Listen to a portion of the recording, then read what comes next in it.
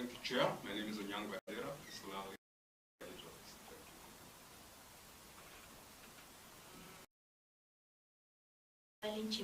Clerk Assistant Senate Committee on Finance. Council Kachumbo, Committee Clerk, Budget and Appropriation.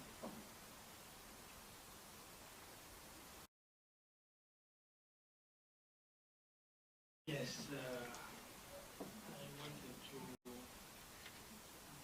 Honorable Co-Chairs, so that we deal with it authoritatively. Honorable members and chairs,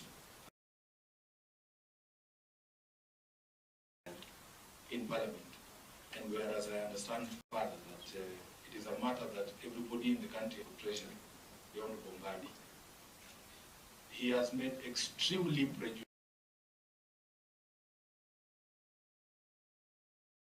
Is the mediation on the Division of Revenue Act happening in Parliament or in the Senate to undertake this constitutional process?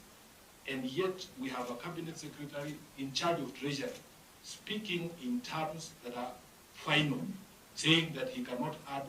Under the doctrine of separation of powers, we have three arms of government that when a process is domiciled or that process is complete, it is the same in our standing orders, the rule against sub judice, that if a matter is before the courts,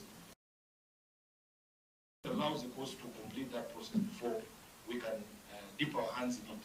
The same manner, when the committee must pronounce ourselves on the position that is being taken by members of the executive on a matter that is actively before this, when those processes are processes in futility, that there is another place where those conversations are being had and that that is responsible for unlocking this impasse, then there is no point for us to continue. And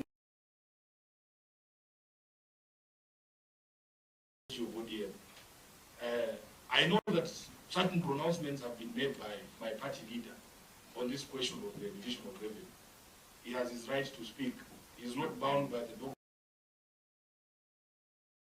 But if there was any doubt in anybody's mind where the cabinet secretaries who came from ODM, where their allegiances lie, you can see cabinet secretaries who originated from ODM taking diametrically opposite positions from the party. So that when we... Thank you, SG. Thank you, SG. Through you, Chair. We have that capacity to also... He has just finished. Sifuna said, maybe you can first assure the meeting that this meeting is not about ODM. It is not about the declaration. No. And the comments were actually given by Baba, who is contesting for the AU chairmanship. So can he also confirm who is the actual party leader of ODM? For the party. Whoever speaks for the party is Senator Sifuna. And he has clarified and put it that ODM is not part and parcel of the Kenya Kwanza government. Not bound by any statement made outside this room. It's us to negotiate and agree on the way forward. When a lady speaks, you just have to make sure she...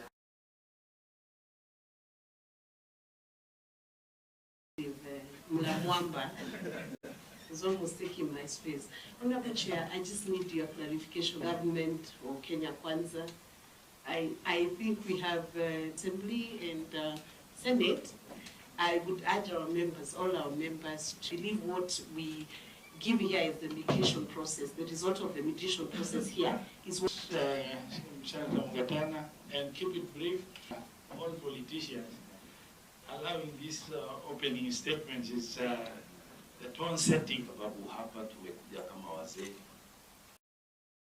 issue, hata kama kuna mama pale pengine, lakini kama wazee to the wedding of our daughter.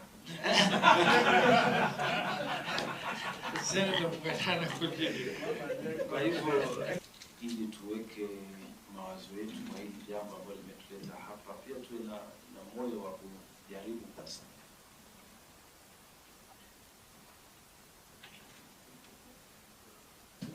This matter, because when we saw the reports party leader personal and we focus on the matter. Any final, and then we'll. The issue of a cabinet secretary.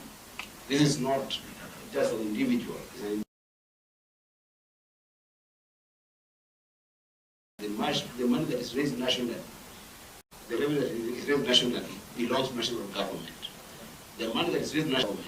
So it is reckless for the cabinet secretary in charge of treasury to make such statement. And I think that, Chair, we should not tolerate order. I think that you should take responsibility and call him to order. Lastly, I want just to make it clear for he's an acting chair of ODM. Okay? So just know it that way for okay, party leader for ODM, acting party leader for ODM. Thank you, okay. Chair. Maybe. Chair, you know, before my chair, you. The co-chair has already taken. Just and the co-chair has spoken. Something I wanted the chair to rule. No, please. So the co-chair speaking out of respect is important. You allow it. Thank you very much, Chair. On a light note, given the eloquence, especially of Senator Sifuna, and the interjections from other members which are equally eloquent, you might think Honorable Mbadi actually moved the Indian Ocean. I want us to request, or I want to request that we downplay that matter for today,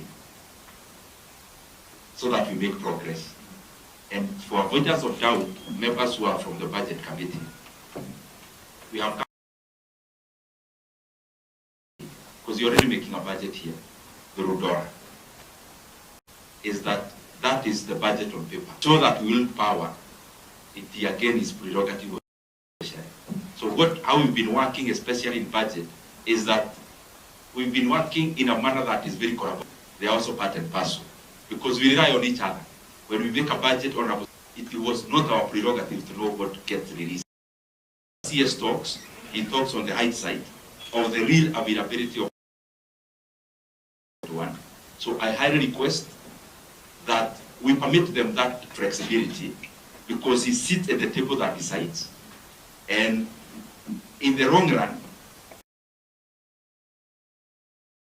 the National Treasury is very pivotal in terms of budget making, in terms of DORA, and in terms of cash. And by the way, so that we are on the same page on that, because you're likely to see many more things happening at the level of presidency in the past. Because sometimes it's good to be practical. That even as we make budgets, like the way we do with Honorable Makari Molu, the truth of the matter is that the ultimate... So all I'm saying is that if you check the last being in State House itself, not this current regime, I'm just trying to say that this is not to just express himself, and if he finishes, you can have an opportunity to. Maybe it's different from what we do. Is that there is usually a lot of consultations among all cabinet ministers.